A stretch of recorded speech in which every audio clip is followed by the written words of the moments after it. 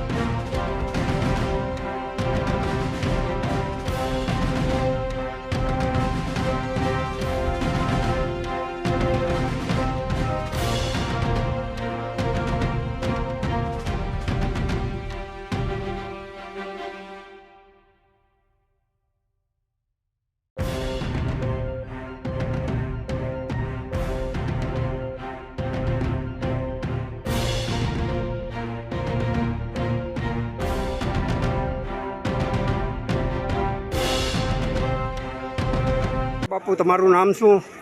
મારું નામ છે આચાર્ય આશીષ મહેતા.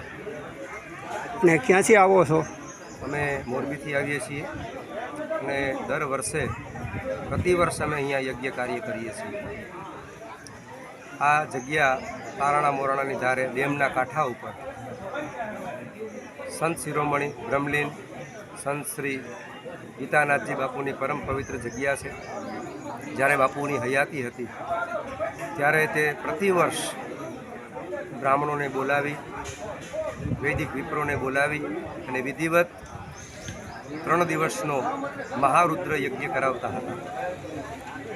એમના બ્રહ્મલીન થયા પછી એમના શિષ્ય શ્રી પુરુષોત્તમનાથજી બાપુએ પણ એક વખત મહારુદ્રનું આવું આયોજન કરેલું હતું. ત્યારબાદ એ પણ બ્રહ્મલીન થયા.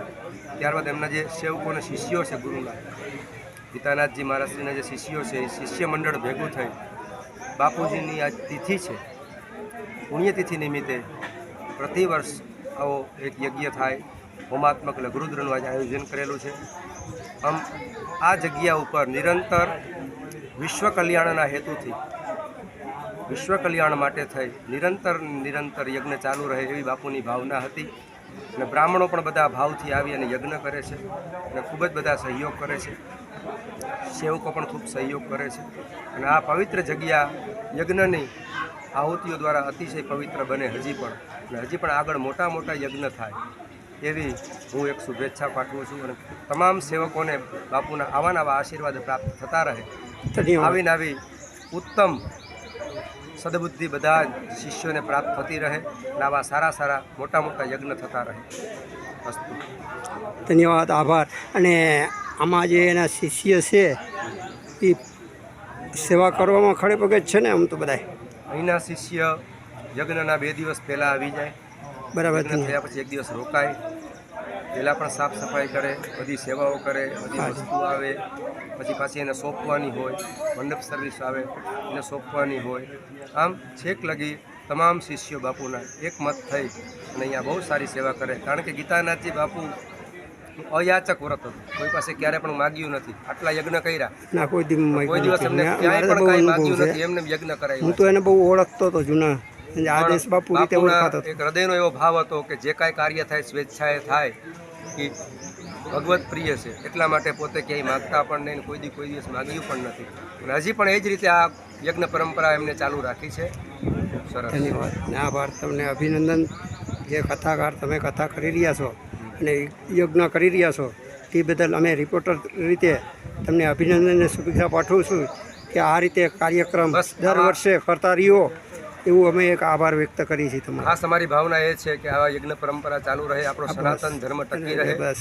અને આપણા જે સનાતન હિન્દુઓ છે હંમેશા માટે જાગૃત થઈને ઉન્નત બને. બસ એ જ અમારા પ્રયાસો છે. ધન્યવાદ, આભાર.